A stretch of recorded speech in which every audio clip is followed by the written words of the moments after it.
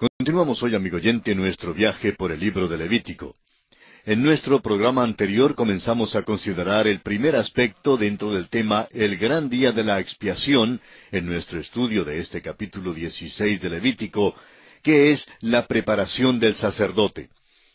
Y dijimos que las instrucciones, ordenanzas y el ritual para el gran día de la expiación se hicieron esenciales después del incidente de la muerte de Nadab y Abiú, quienes penetraron desautorizadamente en el lugar santísimo y fueron muertos por el juicio directo de Dios. La santidad absoluta de Dios y la perversidad absoluta del hombre se hacen claras en ese servicio. Recalcamos el hecho de que hoy en día Dios extiende una invitación al hombre a que venga, pero que debemos venir por el camino que Dios ha trazado. Citamos las palabras del apóstol Pablo a los Efesios, capítulo 2, versículo 18, donde dice: «Porque por medio de Él, es decir, Cristo Jesús, los unos y los otros tenemos entrada por un mismo Espíritu al Padre». La invitación es para venir, es verdad, pero eso quiere decir que debemos venir por el camino trazado por Dios. Si venimos así, entonces podemos acudir con completa seguridad. Ahora usted notará que todo esto se hizo porque estos dos hijos de Aarón se habían metido indebidamente en el lugar santísimo. Dios dice ahora: «No se puede en todo tiempo entrar a mi lugar». Para nosotros hoy en día el mensaje es diferente. Para nosotros sí es posible en cualquier tiempo y en cualquier lugar entrar en la presencia de Dios. Eso es, por supuesto, con la condición de que acudamos mediante Jesucristo. En realidad, creemos que es pecaminoso que algunas personas oren. Creemos que un ministro que rechace a Cristo y que ore públicamente a Dios, pero que no viene a Dios mediante Jesucristo, es una persona que trata de venir a Dios por otros medios que no son aceptables ante Dios. Este fue precisamente el pecado de Nadab y Abiú. Continuemos ahora leyendo los versículos 3 y 4 de este capítulo 16 de Levítico. «Con esto entrará Aarón en el santuario, con un becerro para expiación y un carnero para holocausto. Se vestirá la túnica santa de lino, y sobre su cuerpo tendrá calzoncillos de lino, y se ceñirá el cinto de lino, y con la mitra de lino se cubrirá. Son las santas vestiduras. Con ellas se ha de vestir después de lavar su cuerpo con agua». La cosa singular y significante en cuanto a este día de expiación era que sólo el sumo sacerdote cumplía el rito. No tenía ayuda alguna. Más adelante, en el versículo 17 de este mismo capítulo 16, se nos dice que ningún hombre estará en el tabernáculo de reunión cuando él entre a hacer la expiación en el santuario. Todo era trabajo de él, desde las tareas serviles hasta los altos oficios del sumo sacerdote. Los demás sacerdotes se apartaban del tabernáculo. Él entraba solo porque la obra de expiación era de él, y es muy importante que veamos esto. Cristo se quedó solo con los pecados del mundo. Usted recordará que Él dijo en la cruz las palabras del Salmo 22, versículo 1, Dios mío, ¿por qué me has desamparado? ¿Por qué estás tan lejos de mi salvación y de las palabras de mi clamor?» Cristo fue abandonado tanto por Dios como por los hombres cuando fue hecho pecado por nosotros. Sin embargo, Él y el Padre se hallaron en plena comunión en cuanto al plan de la salvación. En el Evangelio de Juan, capítulo 16, versículo 32, Él dijo: «He aquí la hora viene, y ha venido ya, en que seréis esparcidos cada uno por su lado, y me dejaréis solo. Mas no estoy solo, porque el Padre está conmigo». Este es un gran misterio, amigo oyente. Y el apóstol Pablo en su segunda carta a los Corintios, capítulo 5, versículo 19, dice: «Dios estaba en Cristo reconciliando consigo al mundo». En el día de la expiación, el sumo sacerdote tenía que dejar a un lado las vestiduras de su gloria y hermosura, y tenía que vestirse con las mismas vestiduras con que se vestían los demás sacerdotes. Se lavaba y se vestía solamente con las vestimentas de lino. Tenía que ser algo simple, sin adorno, pero puro. Esta es una hermosa prefiguración de Cristo, nuestro gran sumo sacerdote, quien puso a un lado su gloria y tomó la forma de hombre para morir en la cruz. En el Evangelio según San Juan, capítulo 1, versículo 1, leemos: En el principio era el Verbo, y el Verbo era con Dios, y el Verbo era Dios. Luego en el versículo 14 dice: Y aquel Verbo fue hecho carne, y habitó entre nosotros, y vimos su gloria, gloria como del unigénito del Padre, lleno de gracia y de verdad. Y luego en el versículo 18 leemos: A Dios nadie le vio jamás.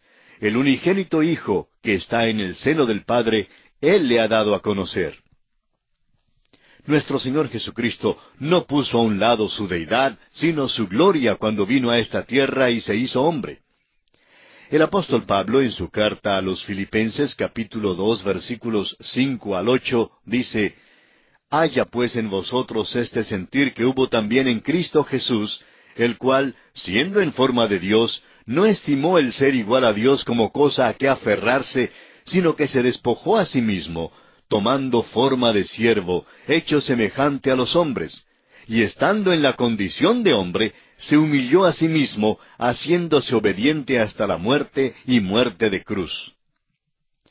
Volviendo ahora al capítulo 16 de Levítico, leamos los versículos 5 y 6.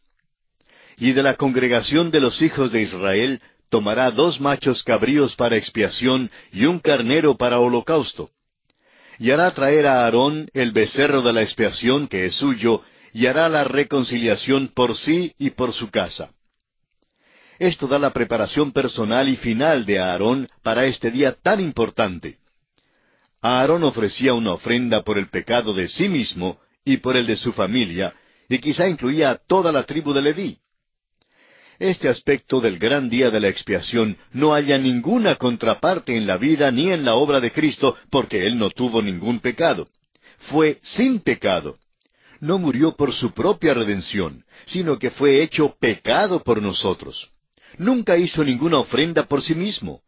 La ofrenda de tórtolas que fue traída al templo cuando Él era un bebé fue para la purificación de María, su madre. Fue para recordarle a ella que era pecadora. No hay mención alguna en las Escrituras de algún sacrificio u ofrenda presentada por Jesús. Pero Aarón tenía que hacer una ofrenda por sí mismo antes que pudiese hacer una ofrenda por el pueblo.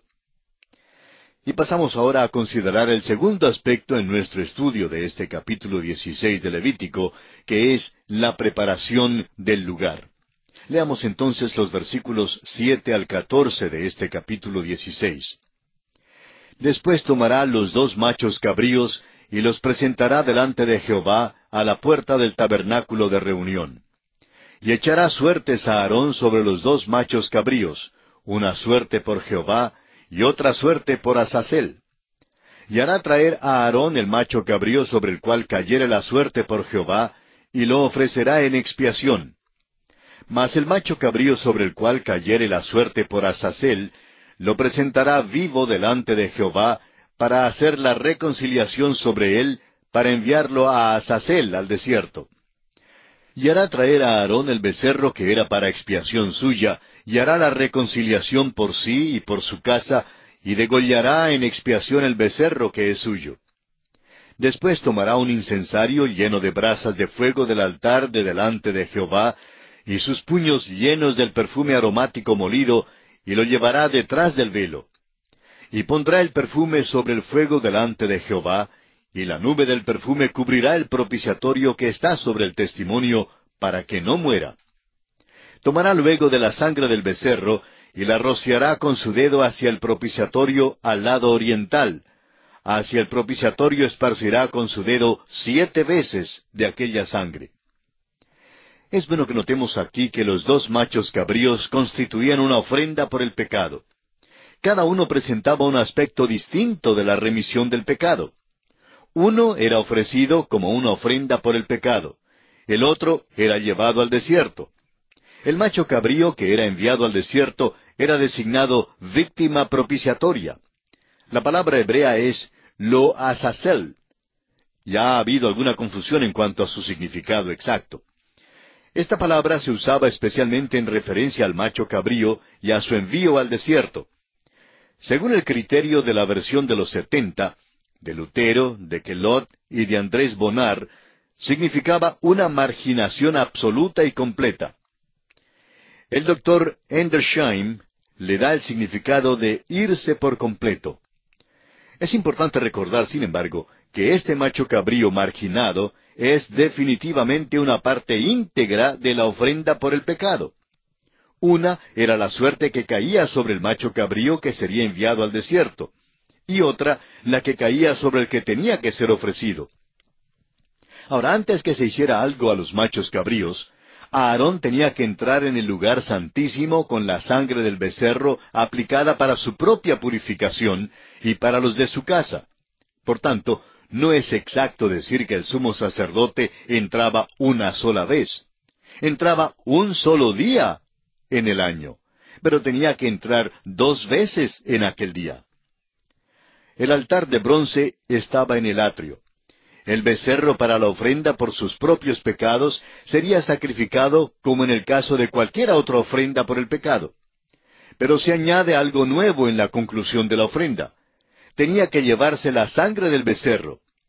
Estamos confiados de que al entrar en el lugar santísimo y al pasar por el lavacro, se lavaría las manos y los pies. Luego, en el lugar santo, tomaría un incensario lleno de brasas de fuego del altar del incienso y un perfume aromático.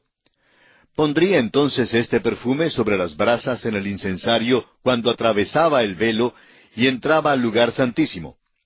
La nube de humo llenaría entonces el lugar santísimo. Recordemos que el arca y el propiciatorio estaban en el lugar santísimo. El sumo sacerdote tomaría entonces la sangre del becerro que tenía en un tazón con él e introduciría su dedo en esta sangre para rociarla delante del propiciatorio 7 veces. La sangre allí hacía que la tapa del arca fuese un propiciatorio. Las 7 veces que hacía esto denotan una expiación completa y adecuada. Estamos seguros de que este era un día que infundía temor reverencial en el sumo sacerdote. Tenía que obrar con exactitud escrupulosa ante la presencia de Dios. La divergencia más pequeña de lo ordenado significaría su muerte instantánea. Es probable que ensayara el ritual muchas veces antes que tuviera lugar su cumplimiento. Y según lo que sabemos, ningún sumo sacerdote murió jamás en el lugar santísimo. Los únicos que murieron allí fueron Nadab y Abiú, los hijos de Aarón que penetraron, como hemos dicho antes, sin autorización alguna. Cristo fue hecho pecado por nosotros en la cruz. Y esta es la contraparte al altar de bronce en el tabernáculo. Entonces, como nuestro gran sumo sacerdote, Él entró en el cielo y ofreció su propia sangre por nuestros pecados. Ahora, el mismo trono de Dios es un propiciatorio para nosotros. Todo esto se enseña con claridad en los capítulos 9 y 10 de la carta a los Hebreos. Mientras que a Aarón entraba con temor y temblor, a nosotros se nos convida a entrar con libertad, según lo expresa Hebreos 4:16, donde dice: Acerquémonos, pues, confiadamente al trono de la gracia para alcanzar misericordia y hallar gracia para el oportuno socorro. Donde Aarón no se atrevió a demorarse y donde sólo podía entrar un día en el año, se nos convida constantemente.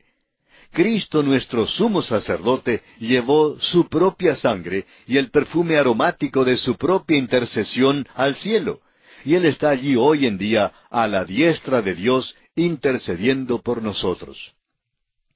Ahora, después que Aarón había entrado por sí mismo y por los de su casa, tenía entonces que entrar nuevamente en el lugar santísimo por el pueblo. Leamos los versículos 15 al 19 de este capítulo 16 de Levítico.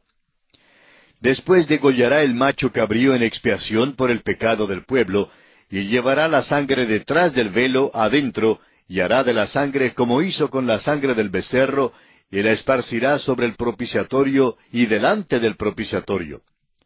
Así purificará el santuario a causa de las impurezas de los hijos de Israel, de sus rebeliones y de todos sus pecados.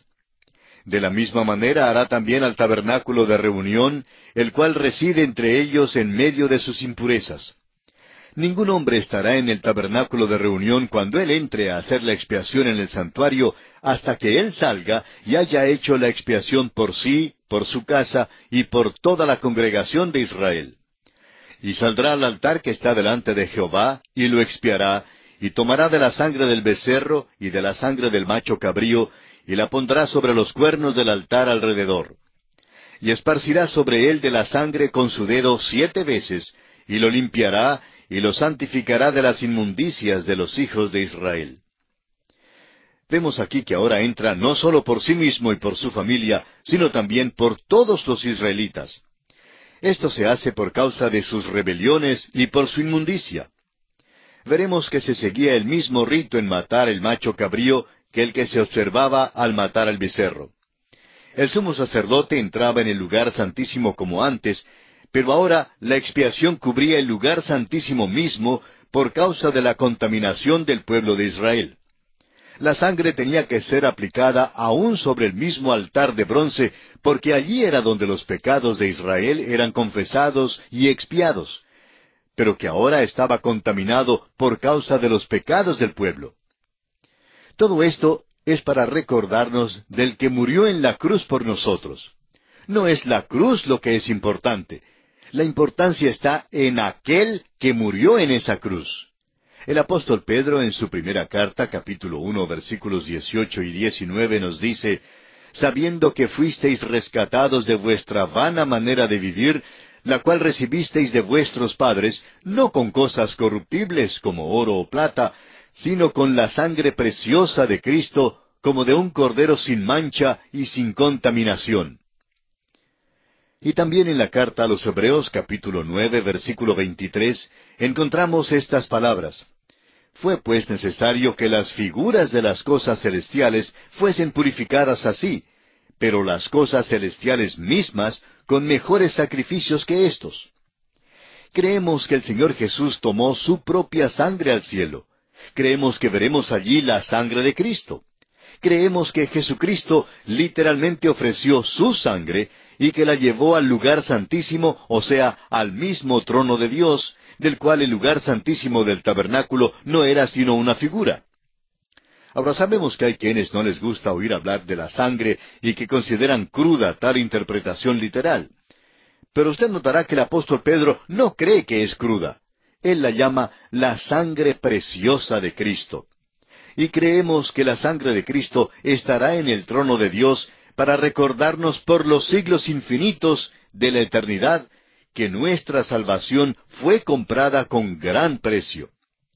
Cristo, amigo oyente, derramó su sangre en la cruz y luego presentó su sangre por los pecados suyos, al igual que por los míos. Hemos sido redimidos con la sangre preciosa de Cristo. Y aquí, amigo oyente, nos detenemos por esta ocasión.